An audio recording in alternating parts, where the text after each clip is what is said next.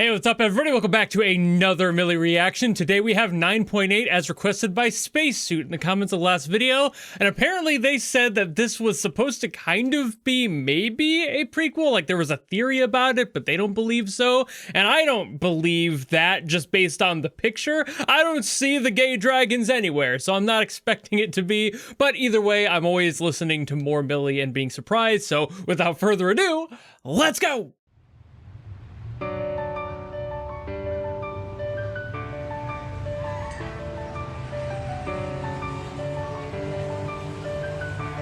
Sounds like the beginning of a Broadway song. Never mind. Midwest emo it is. This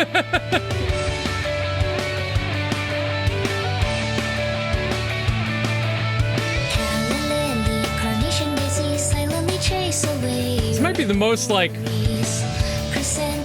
punky thing I've heard them do.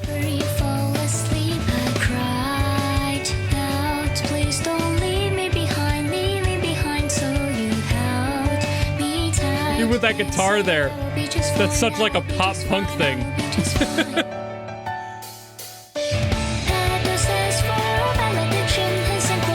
Yep. The halftime in there too? Come on.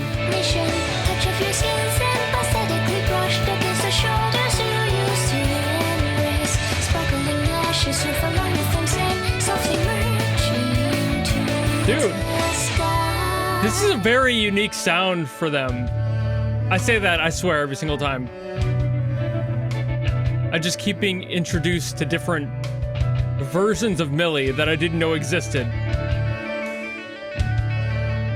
It's like there's a multiverse of Mili out there, and they all do different genres. The Miliverse.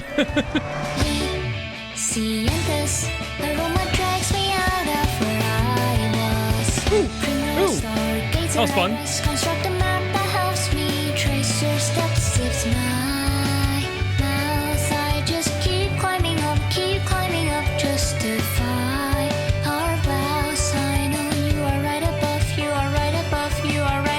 It's very shonen anime intro.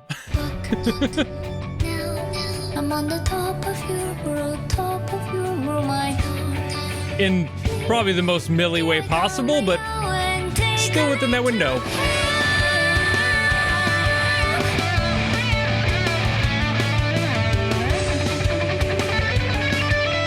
Whew. Kind of a gnarly solo there.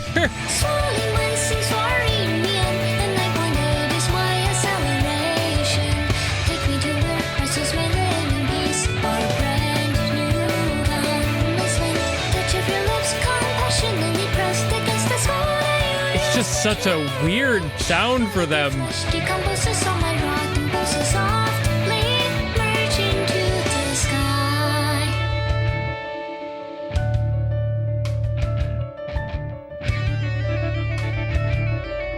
These little chugs. Oh, that's the end. It's ended kind of soft too, in a weird way.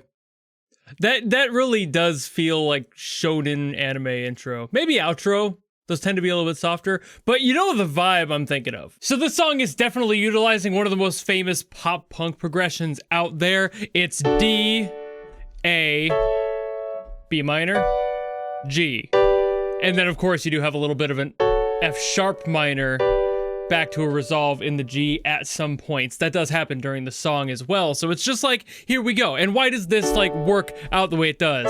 It's mostly because of the separation here. It starts on the root of D, that's the key we're in, lifts you pretty much all the way up, adds a little bit of a lifted hook into something else that could go somewhere higher, but it doesn't. It grounds itself, and it's just, this is a super easy way to kind of finesse your way through a storyline in a song. It's bringing you through it here, bringing you up, bringing you to that tension, and then resolving it back down. And then if you need a little bit more of that emotional hang, that's where you use something like the F sharp minor.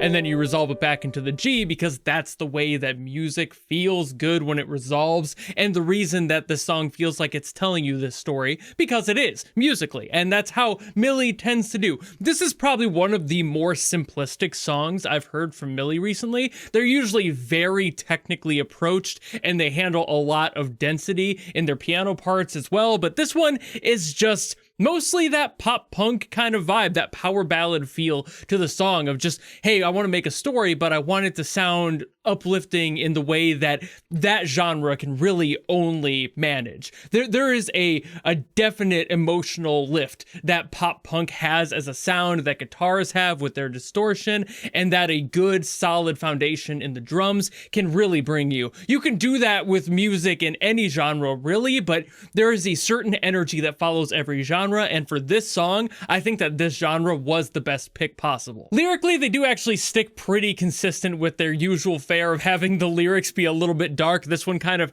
seeming to talk about like loss and being able to process that and trying to process it, realizing that like they can't be with the person who's passed and coming to acceptance of that over time. And the name of 9.8 being like, I think it's the gravitational speed of Earth, if I remember right from like fucking middle school or high school, whenever I learned that. That feels right, and it makes sense because like they're still grounded there on Earth, and that would also make sense for that whole lift that we get here. Grounds you right back down. So like this, it would be the lift of the person passing, and this would be the acceptance, and then that would be the sadness in the F sharp minor. So like again, musically, emotionally, they're telling the same story here as the lyrics, and Mili's always been very good at that. Between the lyricism and their writing, they've always kept a very consistent parallel between those factors that tends to not happen with a lot of groups, and why I love Mili so much, because they can do whatever genre they want to. They just make it work for what they're trying to get across in the story. So again, for this song being like this pop punky sound, it makes sense, since that would be the essence of like this grit in their soul of like not being able to project that emotion in any other way. There would be some anger in there, but also this power that feels like it's driving forward that you just can't get through the same way if you're using a straight piano, right? You could get that energy through just a piano, like obviously you could, but it would require a rearrangement of the entire song. You'd have to take out all the guitars, obviously, all the drums, and that's what's kind of keeping this song feeling the way it is. If you removed those pieces of identity from this genre, it would be something else. So that's part of the identity of these songs that they make, and why they seem to genre jump all the time and go for different sounds, because they're working with the story and not against it or trying to make things work together. They just let things go and let things flow. I think that's the best way to write songs. It's not holding yourself to one genre and one approach to music, but really letting yourselves be that flexible and having that much experience to be able to be comfortable in doing that. It's weird hearing Mili do this sort of genre, but it doesn't mean that they're doing it poorly. It's just writing for the sake of what makes the story shine the most. However, for this one, I will say that there is a little bit of lack in the mix. I think that's just because I personally grew up with the pop punk sound, and I'm expecting more of those qualities in the mix. And even the Japanese standards, for example, are a lot more muddy than this. There was a lot of quiet mixing. All the guitars felt way too soft. The drums were just completely kicked into the back. I mean, it wasn't like unsalvageable by any means, and obviously listenable, but there's just a quality to experiencing that sound that was kind of lost with this song, because Cassie's voice was really far forward, and that usually isn't the case for this genre. Everything kind of seems to clump together in the final mix, and that's kind of part of the overcompression of all of pop punk in general. So I'm not saying that's a bad thing that it sounds this way, but it definitely doesn't, like, even though it is the genre, it doesn't hit the same way that most pop punk would or power ballad songs would, where this has this kind of crunch to it that everything gets pressed into the center. It's a little bit more traditionally mixed, which isn't, again, bad. Just if they had somebody who really knew the genre and wanted to mix for that, they probably would have done it a little bit differently. I don't know who produced this one as far as like the final steps of the process goes. I never really do, but they tend to go through a few different people, and I'm assuming whoever they did is probably a generalist mixer, which is usually great, but those mixers, if they're not super experienced in one genre, tend to miss a lot of what makes that sound that way, and you end up losing a lot of that essence in there. So while this is a really fun song, and I love what they were doing for the story, and again, just keeping the progressions really solid, because I do be loving a good progression that just loops, a good 4-chord progression. I think that one is a 1 5 6 4. It'd be minor 6 is what that progression pattern would be.